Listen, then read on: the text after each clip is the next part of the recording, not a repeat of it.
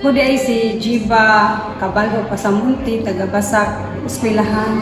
5 years na ko nga solo parent, na nakoy tulo kag anak. Nya sa akong pagka-solo parent sa 5 ka tuig, lisod gid oy nga kanang usa ta ka inahan nga naatol ka bug anak, labi na sila puro estudyante.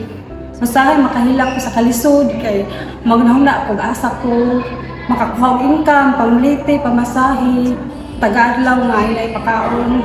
So ako sa dayo ate kay kanang naka-experience sa anak kay sa kalisod kay ako mama kay usa sad ka solo parent. So proud kay ko nimo ate nga kanang imo bitaw na padako yung mga anak ko maayo kay akong mama sad nga anak sad ang kalisod nga iyang nasinati tulo sad mi kabuok para sa imuha.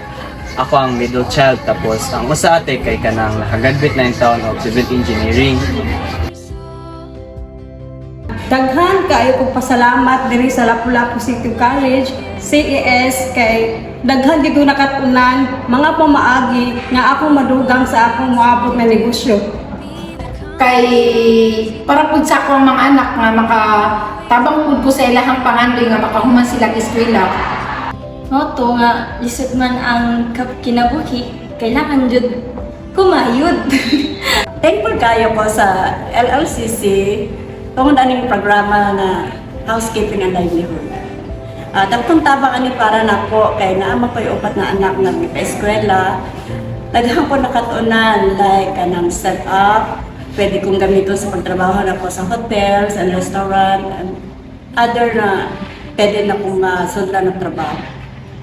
Maraming salamat dito po sa Lapu-Lapu City College. Salamat po. Thank you. Thank you kayo CS for helping us. Thank you.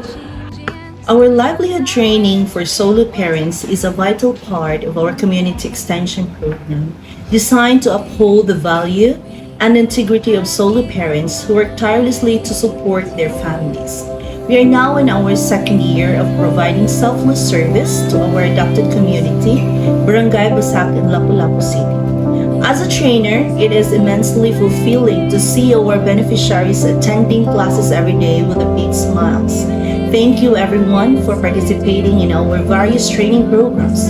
We couldn't achieve this without each and every one. And a special thanks to our very supportive Barangay Captain Honorable Jasmine Daday Chan for unwavering support to our solo parents and out-of-school youth participants. To our dear beneficiaries, I hope you have gained valuable knowledge on this journey. I encourage to seize this opportunity for a better life. Again, daghan kaayong salamat.